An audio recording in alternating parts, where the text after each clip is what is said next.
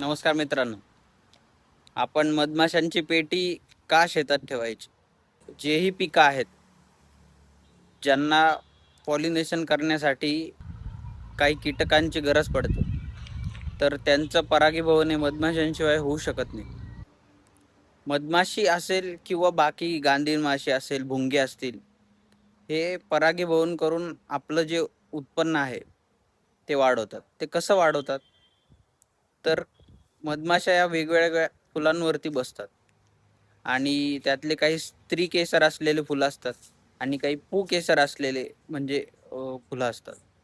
तर त्या फुलांमध्ये बसल्याच्या नंतर त्या एकमेकांचं पोलन एकमेकांमध्ये टाकतात म्हणजे आणि मग ते ॲक्च्युली ते स्वतःसाठी घेतात ते, पण त्यांच्या पायाला लागून ते पोलन दुसऱ्या फुलात जातं आणि मधमाशा स्वतःपुरतं जे आहे पोलन ते स्वतःच्या पेटीत किंवा स्वतःच्या पोळात घेऊन जातात आणि बाकीचं जे पोलन असतं जे त्यांच्या पायाला असतं ते मिक्स होऊन त्याच्यातून फळधारणा होते. त्या कळीतून फळ होतं आणि कळीचं फूल झाल्याच्या नंतर मग फळ बनतं आणि मग ते मधमाशा महत्वाच्या आहेत आणि म्हणून मधमाशी पालन करायला पाहिजे.